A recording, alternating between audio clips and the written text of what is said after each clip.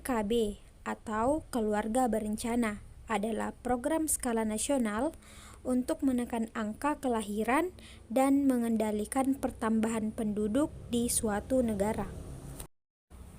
Mengapa kita perlu KB?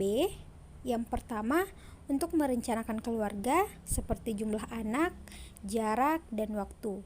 Kemudian, menekan pertumbuhan penduduk dan mengurangi IMR dan MMR. Adapun tujuan dari konseling KB, yaitu untuk membantu calon akseptor dalam hal menyampaikan informasi dari pilihan pola reproduksi, memilih metode KB yang dipilih secara aman dan efektif, memulai dan melanjutkan KB, dan mempelajari tujuan ketidakjelasan informasi tentang metode KB yang tersedia.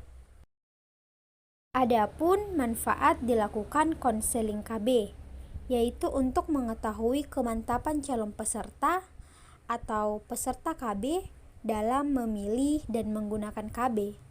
Dengan proses konseling KB bisa diketahui apakah cara KB yang dipilih dan dipakai oleh peserta KB benar-benar atas kemauan sendiri atau karena mengikuti kehendak orang lain. Kemudian, adapun perbedaan kondom wanita dan kondom pria. Pada kondom pria digunakan pada penis, sedangkan kondom wanita dimasukkan ke dalam vagina. Maka dari itu, kondom wanita juga disebut sebagai kondom internal.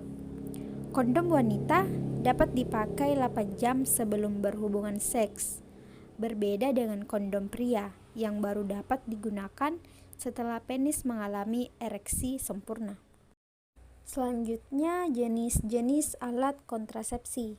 Yang pertama, alat kontrasepsi non-hormonal seperti senggama terputus dan pantang berkala. Kemudian yang kedua, alat kontrasepsi dengan alat seperti kondom, diafragma, spermisida, KB suntik, KB pil, KB spiral atau AKDR, implan, vasektomi, dan tubektomi. Yang pertama, kondom. Ada kondom untuk pria dan ada kondom untuk wanita. Untuk pria, digunakan sebagai penghalang masuknya sperma ke dalam rahim. Adapun kelebihan dan kekurangannya. Kelebihannya, biaya cenderung lebih murah dan mudah didapatkan. Kemudian dapat mencegah penularan penyakit seksual. Dan kekurangannya hanya bisa digunakan 1 kali dan tingkat kegagalan mencapai 15%. Kemudian, kondom wanita memiliki bentuk plastik yang menyelubungi vagina. Di ujung kondom wanita terdapat cincin plastik yang berfungsi untuk menyesuaikan posisi. Yang perlu Anda ingat ialah kondom wanita tidak boleh digunakan bersamaan dengan kondom pria. Adapun kelebihan dan kekurangannya. Kelebihannya yang pertama, dapat mencegah penularan penyakit seksual dan dapat menjaga suhu tubuh lebih stabil jika dibandingkan dengan kondom pria. Kemudian kekurangannya yaitu tingkat kegagalan mencapai 21% dan hanya dapat digunakan 1 kali dan menimbulkan bunyi yang mengganggu. Kedua, diafragma. Diafragma biasanya digunakan bersamaan dengan spermisida. Alat kontrasepsi ini terbuat dari karet berbentuk kubah dan diaplikasikan pada mulut rahim sebelum melakukan hubungan seksual. Adapun kelebihan dan kekurangannya, kelebihan yang pertama, biaya relatif murah. Kemudian kekurangannya, pemasangan alat kontrasepsi harus dilakukan oleh dokter. Diafragma harus dilepas saat haid dan tingkat kegagalan mencapai 16% apabila tidak dipasang dengan tepat. Dan resiko terkena penyakit menular masih ada. Ketiga yaitu spermisida. Spermisida dapat Anda temukan dalam bentuk jeli, krim, membran, atau busa.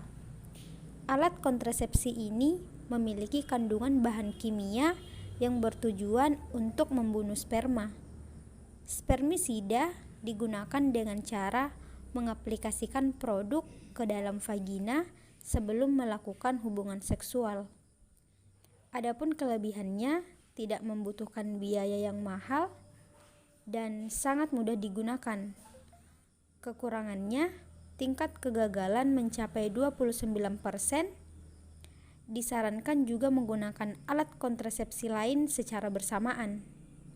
Kemudian perlu digunakan 30 menit sebelum melakukan hubungan seksual, tergantung pada jenisnya, dan memiliki efek samping jika sering digunakan. Efek samping dapat berupa iritasi dan risiko infeksi penyakit menular seksual. Keempat, KB suntik. KB suntik adalah alat kontrasepsi dalam bentuk suntikan.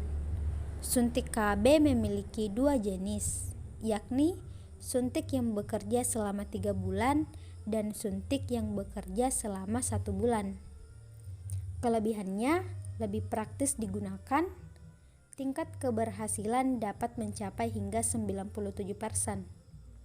Kemudian kekurangannya, yang pertama membutuhkan biaya yang cukup mahal, kedua memerlukan kunjungan rutin ke dokter setiap bulannya untuk jenis suntik KB 1 bulan. Kemudian efek samping dapat seperti bercak darah, lalu resiko terkena penyakit menular seksual masih ada, dan tidak dianjurkan bagi wanita yang memiliki riwayat diabetes sirosis hati, stroke, penyakit jantung, migrain, serta wanita yang ingin mempunyai siklus haid yang lancar. Kelima, KB pil. Pil KB merupakan salah satu alat kontrasepsi yang sering digunakan oleh para wanita.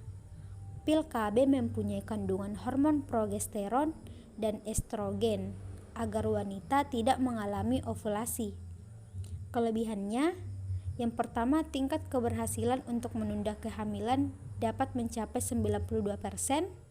Kedua, membantu mengurangi nyeri haid, melancarkan haid, atau menghentikan haid. Kekurangannya, yang pertama, wanita yang memiliki riwayat penyakit seperti kanker, payudara atau rahim, migrain, penyakit jantung, dan kondisi lainnya tidak disarankan mengonsumsi pil KB. Efek samping dapat berupa payudara mengeras, peningkatan tekanan darah, pembekuan darah, dan bercak darah. Keenam, KB spiral atau IUD. IUD atau intrauterine device berbentuk plastik huruf T dan diletakkan di dalam rahim supaya sperma tidak membuahi sel telur. IUD mempunyai dua jenis, yakni IUD yang terbuat dari bahan tembaga seperti Paraguard, mempunyai ketahanan sampai 10 tahun. Yang kedua, IUD yang memiliki kandungan hormon seperti Mirena harus diganti setiap 5 tahun sekali. Kelebihannya, yang pertama, alat kontrasepsi dapat bertahan lama. Dan kedua, praktis dan tidak memerlukan perawatan yang rumit. Kekurangannya, yang pertama membutuhkan biaya yang mahal, kedua alat kontrasepsi ini dapat lepas, dan yang ketiga Paraguard biasanya menyebabkan siklus haid terganggu. Ketujuh, implan. Implan digunakan dengan cara memasukkan benda kecil yang mempunyai bentuk seperti batang korek ke bagian bawah kulit. Implan berperan untuk mengeluarkan hormon progesteron untuk mencegah terjadinya kehamilan. Kelebihannya, yang pertama, tingkat keberhasilan mencapai 99%, kedua dapat bertahan lama sampai 3 tahun.